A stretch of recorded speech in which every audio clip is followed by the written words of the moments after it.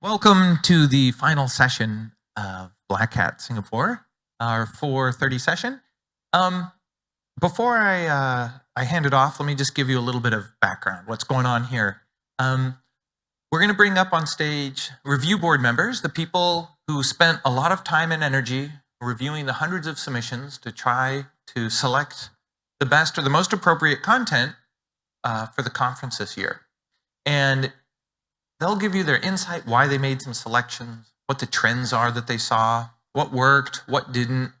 And the idea is, we want you, the audience, to feel like maybe you're sitting in, listening in on a conversation of some experts talking about themselves, talking to themselves about the content. And then that'll hopefully give you an idea of like what they found interesting and why. And then about halfway through or 2/3 through, we'll open up for questions from the audience. So now then you can engage in the conversation with the review board members. And then hopefully you'll get some pretty interesting insights. It's much more freeform than other conference talks. And so it's just a nice way to wind down the conference and give some good perspective of what's happened.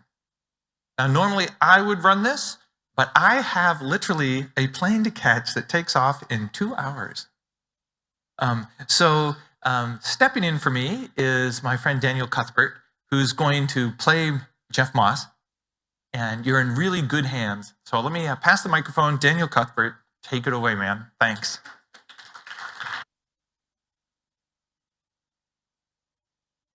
Thank you very much. I want to invite up our lovely board. So Asuka, Ryan, Vandana, and Vitaly. You want to come and join us?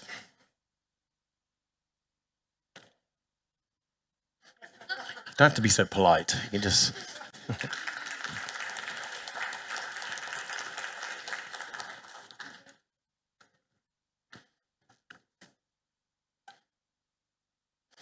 Magic. So, like Jeff said, we're going to have a lovely chat. Yeah. One of the things that I noticed this year, and not just Black Hat Asia, but all the other Black Hats, is like a resurgence of old school hacking techniques. That makes me pretty happy as an old school hacker.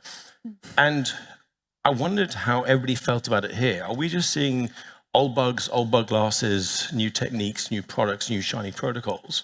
What kind of jumped out from you this year of research, ideas, and trends that kind of grabbed you and thought, that was pretty cool? Asuka.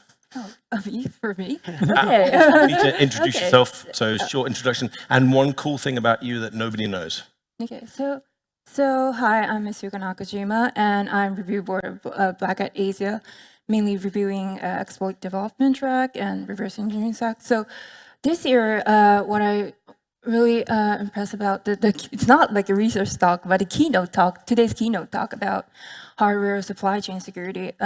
So I'm really surprised at how hardware supply chain is still, security is still immature.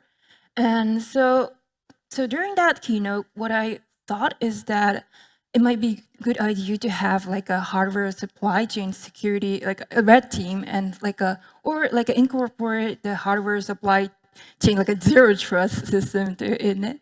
So yeah, that's what's the one most I really think it was a great talk. Yeah. Do you think it's not necessarily immature, just that it's a lot harder to do?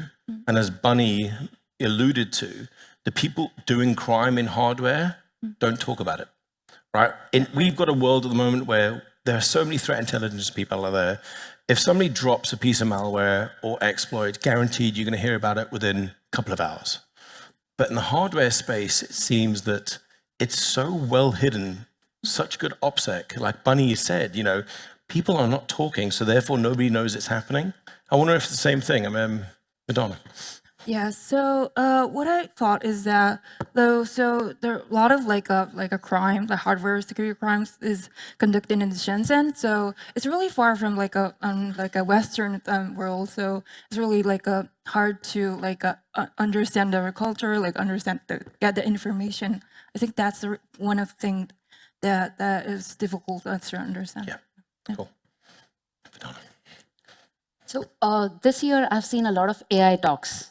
Okay. Interestingly, AI for malware, AI for quantum computing, and so many other things. So AI is talk of the town and everybody is talking about it. But the underlying principle is that when you are, so at least from the talk perspective, I would say, when somebody is submitting a talk, which is AI related, please do not use AI to write that talk. I think, so this year we have seen a lot of AI talks which are really marvelous. Like something which I couldn't have imagined or something which I did not know existed. Like we were talking about AI for quantum computing. And that was a very, very interesting talk. And today we had AI for malware.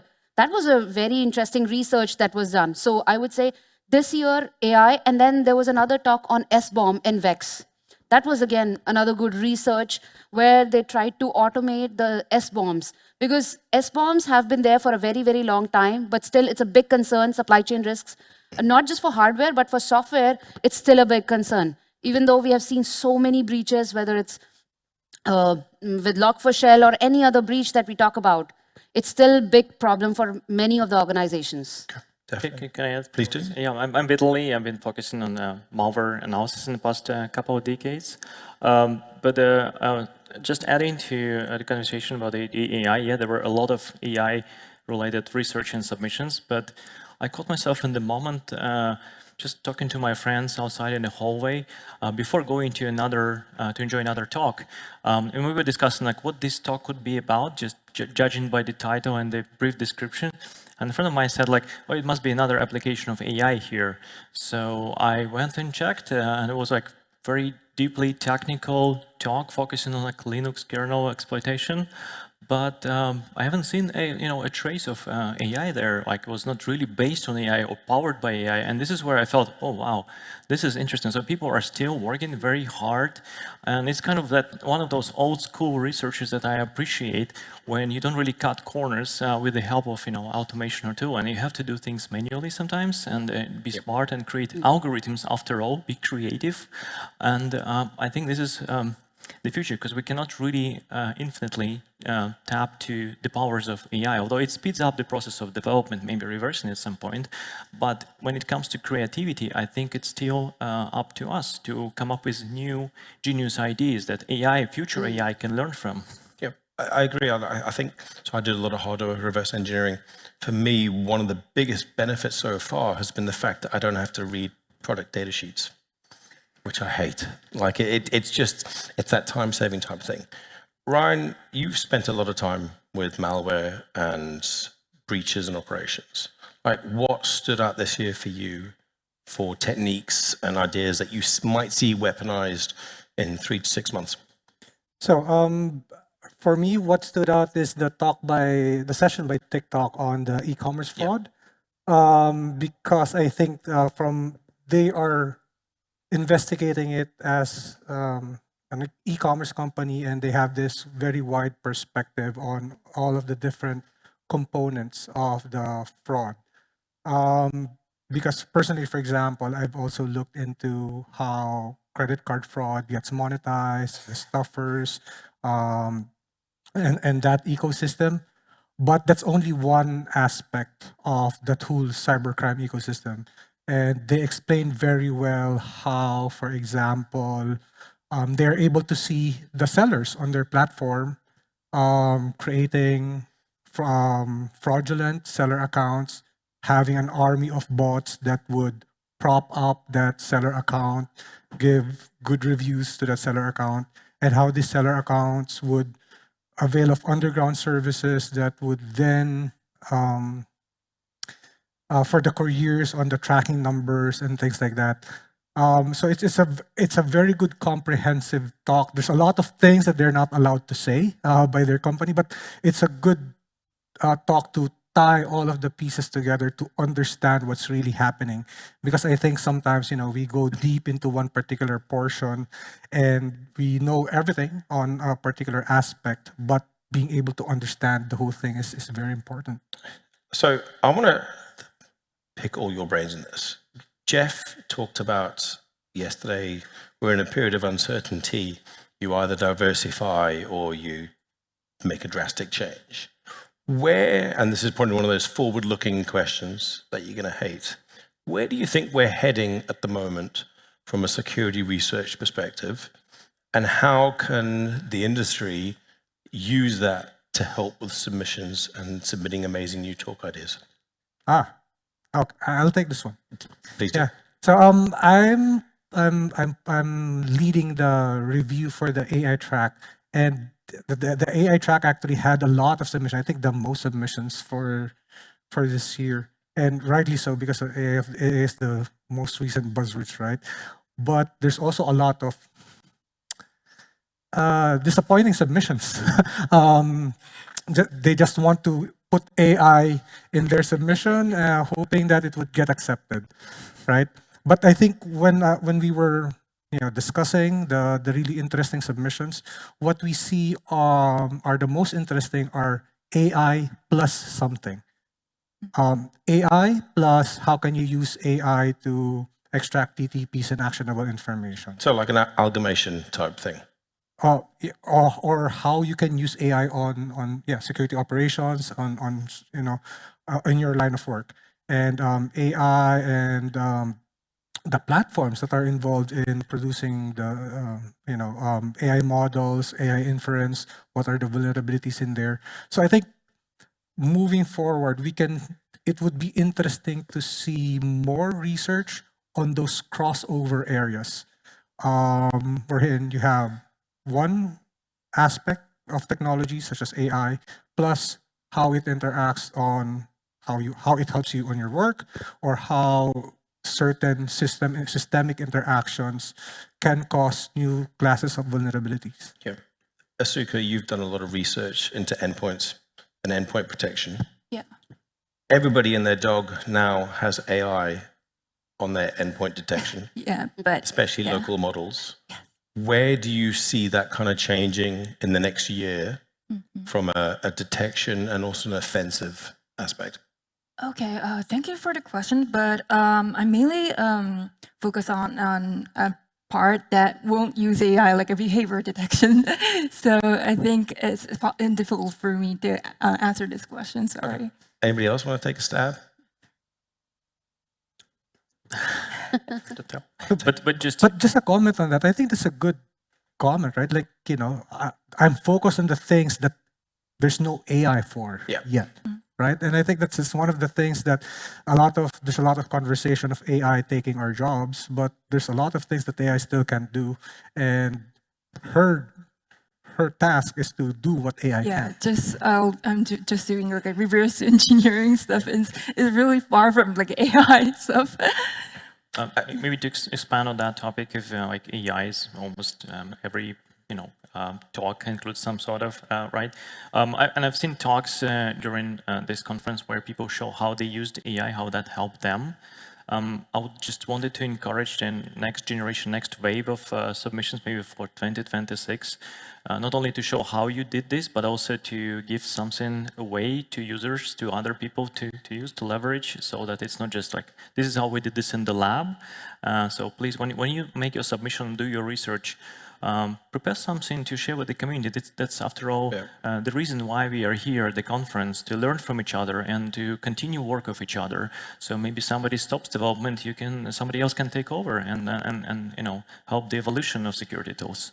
So yeah, there were some of the docs where I've seen very cool research ideas and some interesting results, but you couldn't really like put your hands on the product and the service like they used, and you could only see some statistics of the achievements, and this is where I felt like, well, maybe the next time it can be better by improving the sharing side.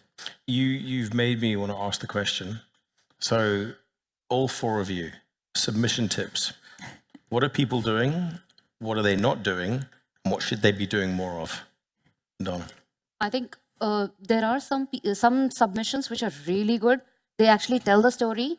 Some submissions, the researchers have good amount of research, but the way that should be presented to the review board or during the submission, I think that's where we are missing out on, where you have to share your research in a story form, where you write it down on a piece of paper or maybe open a Google document, dump everything, and then reiterate, iterate, and look out for the people who can actually review your paper.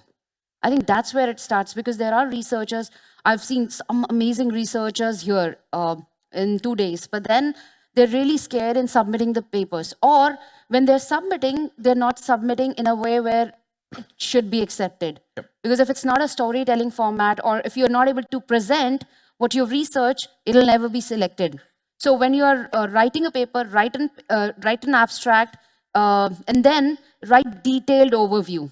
So it has to go step by step. How did you do the research? What all you found? And what are the key takeaways? Because if you don't have clear key takeaways, the talk would be of no use for people, because they want to go out from that room learning something. And key takeaways is very, very important. I want to pause there quickly before we go to Asuka. Show of hands, how many of you here have submitted a talk to Black Hat? Any of the Black Hats? Handful. Oh. Show of hands, how many of you have been too scared to submit a talk to Black Hat? You can raise your hands. 2 people. Nobody's going to pick on you. Okay. We are under the spotlight right now. Okay. Right. Okay, Asuka. so my advice is that be sure to include or show what's unique about your research. So based on my experience, so I review like 100 submission each year for Black Hat Asia. So I see a lot of submission which just says like, we did this research and these are the results, but I think it's really important. So we're not like a god or like a expert, so I think it's really important to include what's new about your research and why you think it's new. So that's my advice, and I think it's the most important thing. Yeah. For me, it makes me really happy if a submission has supplementary material. Like if a submission could contain a Google Drive link to the raw data that they had, screenshots, video recordings to show what they really found. That really makes me happy, because it makes my life easier to validate the research and the findings, and to be confident that what you found is actually real. And with that supplementary material, I can actually fight for your research, against them or with them, and then say that, hey, I really like this research, and I know that they're going to have a good presentation because they have material already at hand. Can I just caveat that quickly? Please do not try and own the review board with malicious documents, PDFs, and tracking links. We are kind of aware of that world. Just saying, it's not exactly friendly. What if it's a part of submission? You might get maybe 1 point if it's fairly good, but for the best part, don't do it. All right. Well, I personally have seen interesting submissions. Sometimes they're super short, it's one passage. You can't tell anything about it, so you just have to skip over, because we have to process annually about almost 500 submissions. So it's a lot, and we not always have time to get back to original submitter and ask why it's so short. Can you elaborate here and there? Can you actually provide the structure? So it's important to have a kind of an outline, what is your talk about, why it's valuable. If you're not sure about this before you submit, just walk out, try to explain to yourself, talk to yourself, and explain why and what is valuable there, what is the story you're trying to tell, and that will help you to draft a proper submission, laying out your thoughts from the beginning until the summary and takeaways for the audience. Now that should help, but don't overwork it, don't overcomplicate it, because I have seen submissions that include examples of source code inside of the abstract, and it's really hard. Not everybody can read and fully comprehend that. So don't overdo it as well. So be balanced in size, not too long, not too short, but balanced and structured and very ordered. So this is a clear and good example of submission. I agree. There's also something that I don't think a lot of people are aware of, and that's the amazing speaker coaching program. Because I love that program, because let's be honest, you have the technical research, you do your research. Years ago, decades ago now, we had the old meme of, I put together my slides last night whilst drunk. Thankfully, that era is over for most people. Vandana, do you want to explain how cool SCP is? And we're not talking the secure copy protocol from SSH. All right. So speaker coaching program is a program which has been created by the wonderful review board members and led by Lydia. This program actually helps the first-time speakers or anyone who's speaking at Black Hat for the first time. It's for anyone who's speaking actually for the first time, and then the speakers who are speaking at Black Hat for the first time. Because when so I never had guts to submit at Black Hat. It took me ages and motivation. So someone from the review board actually motivated me to submit at Black Hat. And I was still scared at speaking. Maybe I was feeling like, whether am I good enough to speak at Black Hat? Such a huge stage. So many self-doubts I had. Now, the speaker coaching programs, once your paper gets selected, you get an email and you can actually opt in for it. And there are people who can guide you, so there's a 6 weeks journey where we'll help you out in formulating your presentation. We'll guide you through your whole talk. It's like you creating a story about your talk and practicing as well. So speaker coaching program helps in setting up your stage even before you get on the stage. Anyone who wants to add anything? Yeah, I can add. I mean, like I personally, from my childhood, I have this stage fright, fear of presenting, and I had to struggle all my life professionally because I wanted to share some research results with the audience, and I have to overcome it every single time. I feel anxiety, and then just blocks my memories. I blank on some things, like it just wipes things that I wanted to say before the talk. So I always struggled with this, and when I started, it was the hardest times to me. And if there was such a thing as a speaker coaching program that would help me bootstrap and overcome my fear and get some confidence, that would be like a lifesaver to me. And that's why I volunteered, and I'm part of the speaker coaches to help younger generation to overcome their fears. And I'm pleased to see how guys that I coached presented this time at the conference, confident, overcoming all the difficulties, technical issues, and I'm proud that this program really works, and this is really helpful. So if you have doubts whether you can present, and maybe you have the same stage fear like myself, well, maybe this program is for you. Don't hesitate to reach out and ask about it. Yeah, I think storytelling is hard. I think we were chatting at the speaker coaching meeting. We've entered a new stage, especially in our industry, which is still quite a young industry, where the way that we tell the research and we tell the story has changed quite a bit. It used to be PowerPoint, bullet points, and so on. For me, at least, I want to be entertained when I come to a conference. Right. I go to enough conferences in my time, and I think that's where the SCP really helps. It fine-tunes your skill at telling that story, becoming a master storyteller about Windows kernel dev, or manipulation of some kind of loader, whatever else. And I think that's really useful. Ryan, any thoughts? No, I think it's a good idea because, like, for example, like a lot of the submitters or would-be submitters, right, are technical people, and for technical people, they just want. Our instinct is to dump all the technical details in the PowerPoint slide and then just go through the technical details, right? But also as an audience, I mean, me as a review board member, I always also try to make a point to attend the sessions that I've approved or I've advocated for. I also want to learn. I know, I'm also an audience. I also want to learn. I also want it presented to me in a way that it would be easy for me to learn. And I think that's what the speaker coaching program is, to help you present your work in the best way possible that would be easily digestible for the audience, and that the key takeaways, the highlights are put front and center so that that the audience gets it immediately, and they won't get bored while you're presenting, while you're, a lot of things are technical details, memory dumps and things like that.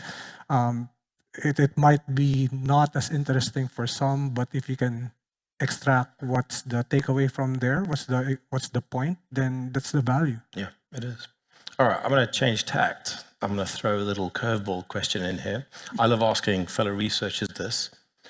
In the last 20 years, what's that one talk you saw that drastically changed you or your perception of something in this industry, that made you go, wow, that made me rethink stuff? Maybe deep thinking. That's indeed a curveball. All right, I'll start. In 2016, Halvar Flake gave a keynote here at Black Hat Asia. And his talk was about, are we building a defendable internet? Mm-hmm. And that hasn't left me, so much so that when I keynoted Black Hat London the other year, I did a continuation of that talk. And even to this day, I still use what he said in that talk. It had that much of an impact. I know, me personally, I can look at this from two angles. One talk I enjoyed was related to raw hammer research. So this is where it shifted my views on computing and all, like when we kind of start touching the physical world, like when computing is not virtual anymore. Yeah. It's like when you actually do virtual actions, things, and then it reflects on the physical world, which results in change of the logic in the digital space, right? This was kind of eye-opening to me, and I was quite impressed by that. Another angle to look at this one, because I presented in the past as well, I also have some experiences to share. So one of my most memorable presentations where I was a part of, when there was interesting, we did APT research presentation, and a part of this presentation, I was punched and physically assaulted. Physically assaulted. Okay, that's a new one. Yeah, well, I fell down and I remained lying on stage for maybe 10-15 minutes while my co-presenter continued talking. Wow. And then he kind of resurrected me. I had to continue the speech. But yeah, there was those moments when I wasn't even like looking at the side of the audience. I was lying on the kind of cold stage and then simulating a dead body. But yeah, that one just burnt in my memories. I don't know if we're going to see that in the speaker coaching program. I mean, they give me an interesting one. We can do advanced level for those experienced who wants to explore more. No problem. Any of you three, I can see the deep thinking going on there. Oh, yeah. So I actually don't have one talk, but then there are multiple talks which have actually impressed me. I will start off with one of my favorite person, Jim Manico. He actually gave a keynote at AppSec California way long back. And the way he talks about the journey of AppSec since 2000s to now, that has changed over time. But when we talk about AppSec, it was not moved by one person. It needs an army of researchers to make this change. So whether we talk about application security, DevSecOps, shift left, product security, it's all same, but still different. Yep. But it needs different kind of mindset to make a change. And that's why we are all working in different areas, but have the same and a different mindset at the same time. Yep. So the talk about the journey of AppSec till now, then last year, there was an amazing talk at Black Hat Europe, which was about CVEs. So these two folks actually created a framework that how exactly you can fit those CVEs and map it up into your environment, whether it's critical, high, medium, low, and what should be the criteria. So they actually had 6 phases in which they did the research. And they've actually published the research on Black Hat Europe website as well. So you can actually take a look at that. That was wonderful. And this year, if I talk about specifically this year, then SBOM and VEX talk. Maybe I'm so much in love with SBOM. You love S-bombs. Oh, I love it. Yes, my research is in that. So your middle name's S-bomb. Oh, yes. So they actually automated the VEX scripts, which can actually automate the whole SBOM process, which is needed at the moment. So I love these 3 talks. But yeah, yes, I loved your keynote as well at Black Hat Europe. Thank you. Yeah. Asuka.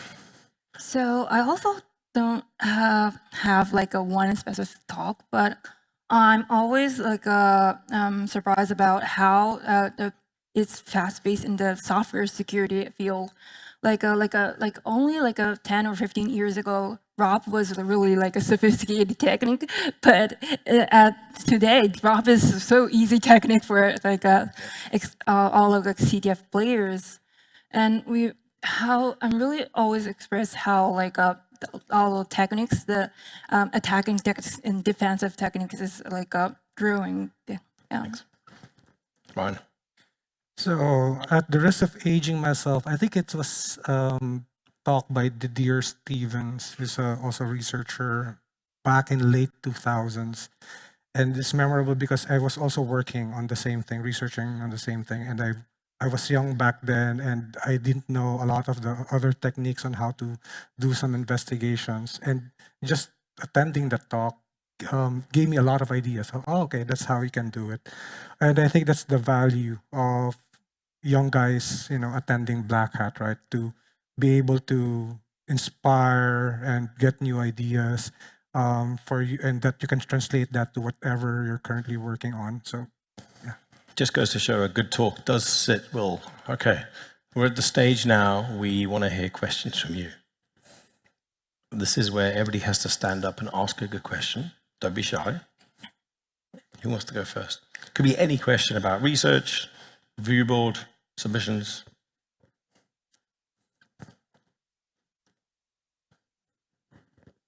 Please do. Yeah, There's there's a mics. There's 2 set of mics over there.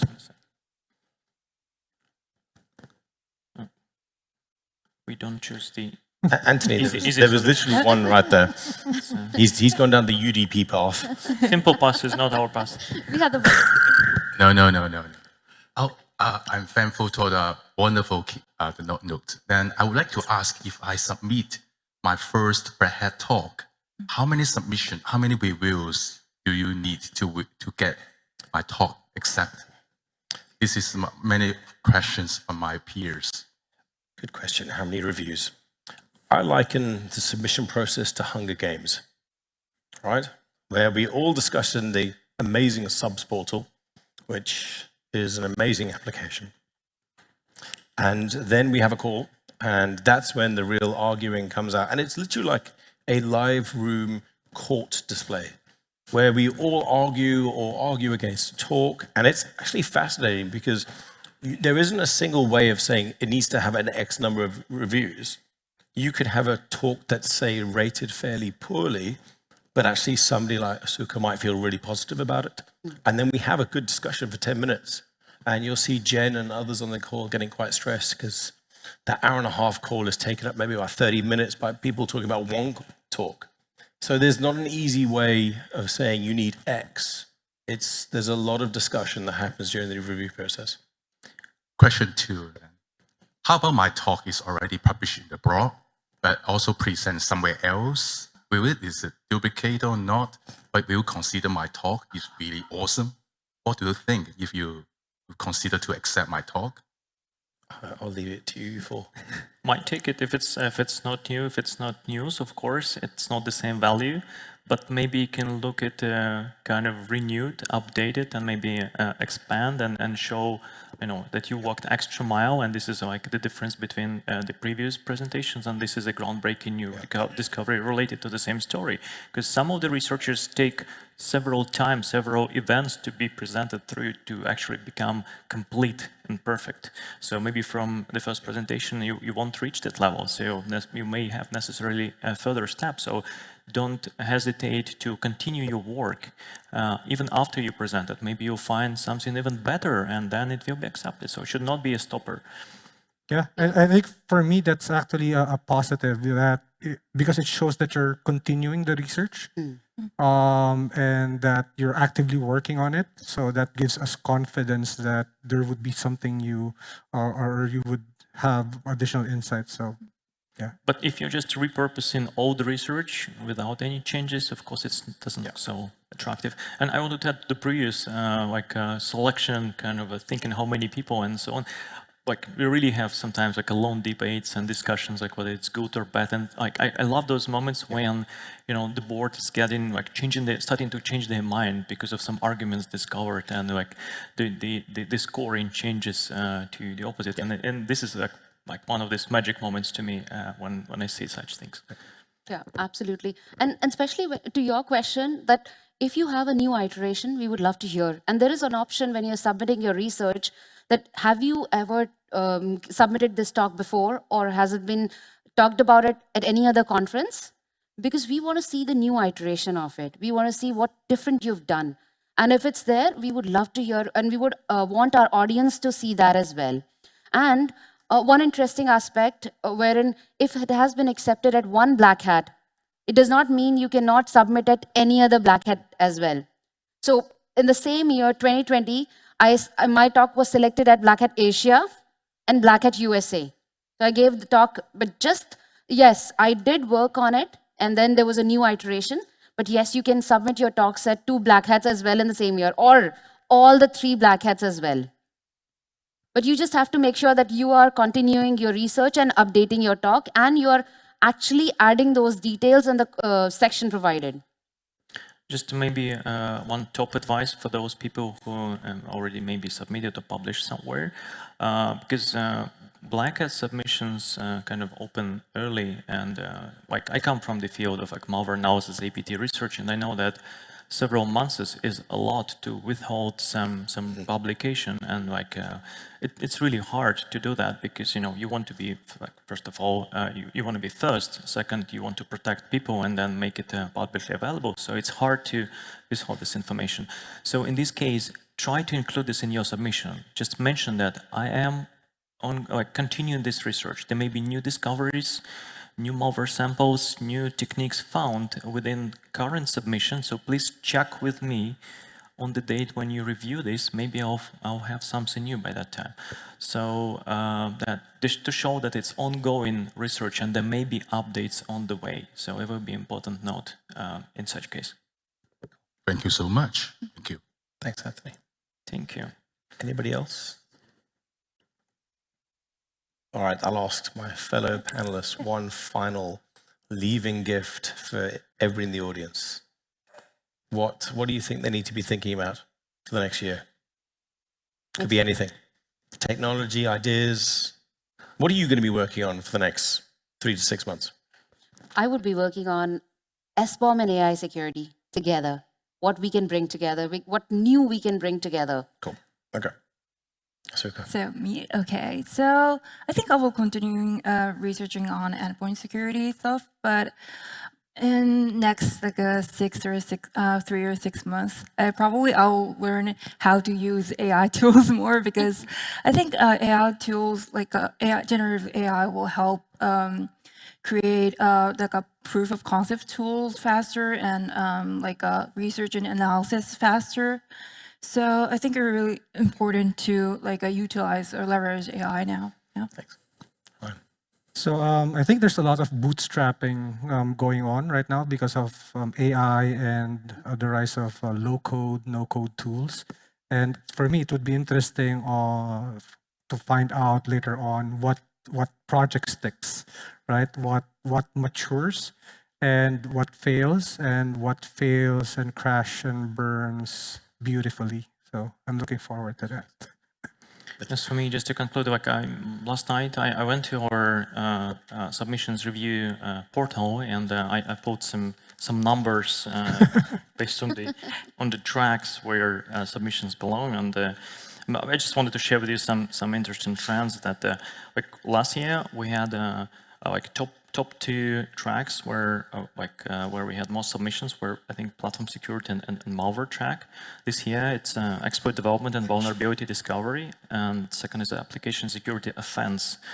AI is somewhere in the middle still, but what I see this year is likely the consequences, the results of people starting to leverage the AI for vulnerability research, for application security research, and this probably is a product like we now having the fruits of that technology being part of our life. And I want to encourage other researchers to leverage the obvious tools that are accessible to us and do more, do faster, and with better quality. Thanks. And with that note, we are closing Black Hat Asia. A massive thank you to all of you attending. Huge inspiration to all of us on the review board, and to the speakers and everybody who helps run it. Travel safe, and see you again next year. Thank you. Thank you. Thank you.